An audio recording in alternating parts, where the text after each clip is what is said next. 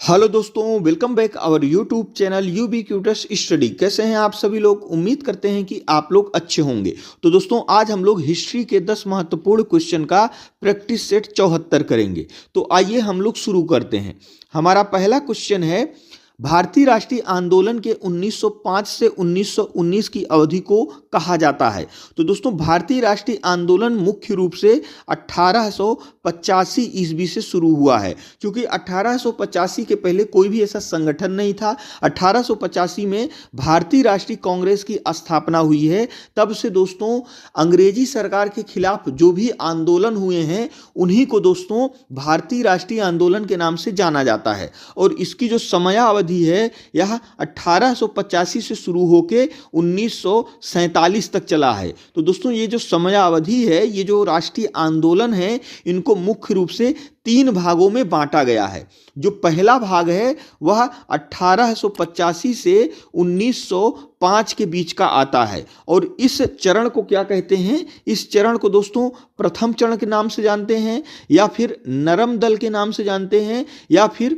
उदारवादी के नाम से जाना जाता है। और जो दूसरा चरण है वह 1905 से 1919 के बीच का माना जाता है। और इस चरण को दोस्तों गरम दल या फिर द्वितीय चरण या फिर उग्रवादी चरण के नाम से जाना जाता है। और अगर हम तीसरे चरण की बात करें तो यह 1919 से 1947 के बीच का होता है। और इस चरण को दोस्तों गांधीवादी चरण या फिर इसी को दोस्तों कहा जाता है गांधी युग या फिर तृतीय चरण, इसको जो है माना जाता है। यानी कि इसका सही उत्तर ऑप्शन बी हो जाएगा।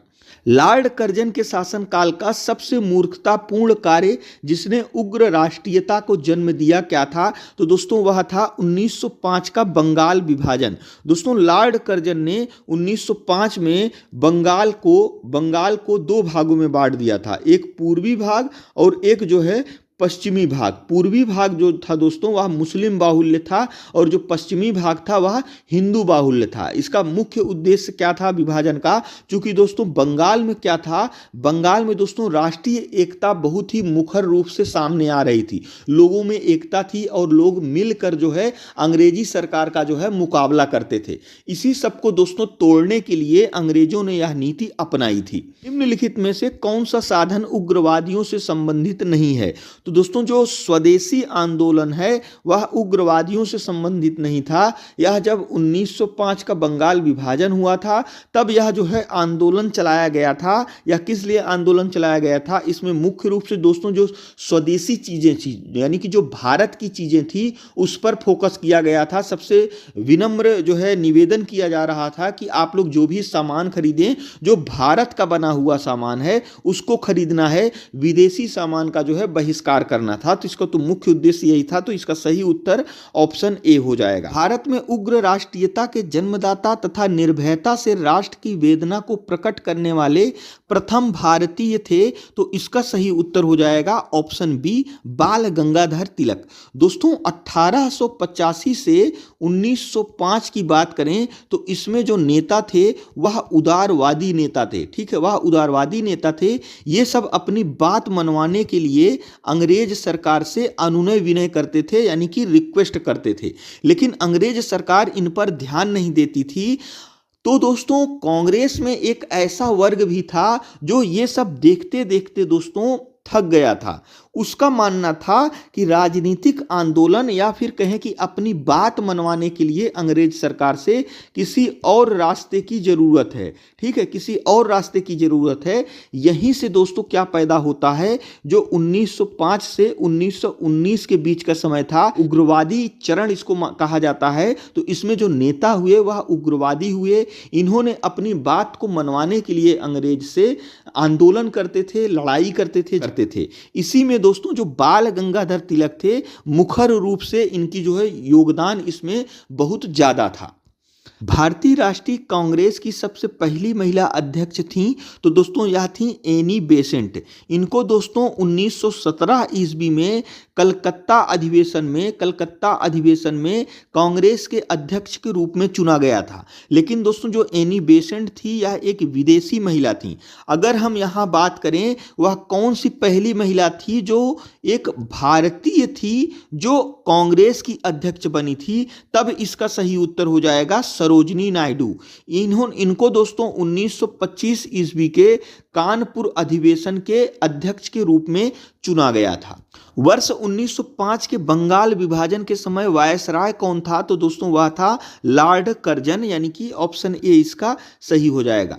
गदर पार्टी के प्रमुख नेता कौन थे तो दोस्तों गदर पार्टी की स्थापना 1 नवंबर 1913 ईस्वी में की गई थी। कहाँ पे की गई थी तो यह की गई थी दोस्तों अमेरिका के सैन फ्रांसिस्को शहर में। और दोस्तों ये जो इनके संस्थापक थे, गदर पार्टी के संस्थापक वह थे लाला हरदयाल, यानी कि ऑप्शन सी इसका सही हो जाएगा। अगला क्वेश्चन है जन गण मन पहली बार किस अवसर पर गाया गया था तो दोस्तों यह गाया था भारतीय राष्ट्रीय कांग्रेस के अधिवेशन 1911 के मौके पर पहली बार जनगण मन गाया गया था। और दोस्तों जनगण मन की अगर हम बात करें तो इसको दोस्तों भारत के एक राष्ट्रीय गान के रूप में 24 जनवरी 1950 ईस्वी को संविधान सभा द्वारा अपनाया गया था। स्वराज मेरा जन्मसिद्ध अधिकार है और इसे मैं लेकर रहूंगा, यह किसने कहा था तो दोस्तों यह कहा था बाल गंगाधर तिलक ने, यानी कि ऑप्शन डी इसका सही हो जाएगा। मार्ले मिंटो रिफॉर्म्स को किस वर्ष में प्रस्तुत किया गया था तो दोस्तों इसका सही उत्तर हो जाएगा 1909 ईस्वी में। और दोस्तों इसमें एक विवादित प्रावधान किया गया था जिसके कारण इसका विरोध हुआ था। इसमें दोस्तों मुसलमानों के लिए पृथक निर्वाचन प्रणाली की व्यवस्था की गई थी, इसीलिए इसका विरोध किया गया था। तो दोस्तों ये हमारा 10 महत्वपूर्ण हिस्ट्री का क्वेश्चन था, इसको आप लोग जरूर कर लीजिएगा। जो हमारा आज का क्वेश्चन है वह है मुस्लिम लीग ने मुक्ति दिवस मनाया था, इसमें से कौन सा ऑप्शन सही है हमें कमेंट बॉक्स में जरूर बताइएगा। और दोस्तों यदि वीडियो अच्छा लगा हो तो हमारे चैनल को जरूर सब्सक्राइब करिएगा। और दोस्तों वीडियो देखने के लिए आपका बहुत बहुत धन्यवाद।